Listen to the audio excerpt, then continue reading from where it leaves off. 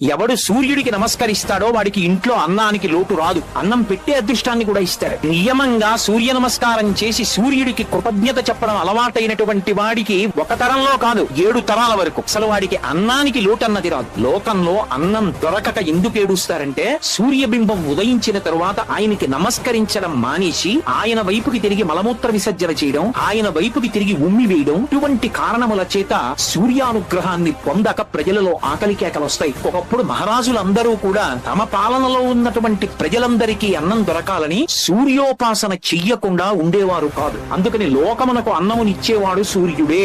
ఎవడు సూర్యుడికి నమస్కరిస్తాడో వాడికి ఇంట్లో అన్నానికి లోటు రాదు. అన్నం పెట్టే అదృష్టాన్ని కూడా ఇస్తాడు. నియమంగా సూర్య నమస్కారం చేసి సూర్యుడికి కృతజ్ఞత చెప్పడం అలవాటైనటువంటి వాడికి ఒక తరంలో కాదు 7 తరాల వరకు అసలు వాడికి అన్నానికి లోటు అన్నది రాదు. లోకంలో అన్నం దొరకక ఎందుకు ఏడుస్తారంటే సూర్యబింబం ఉదయించిన తరువాత ఆయనకి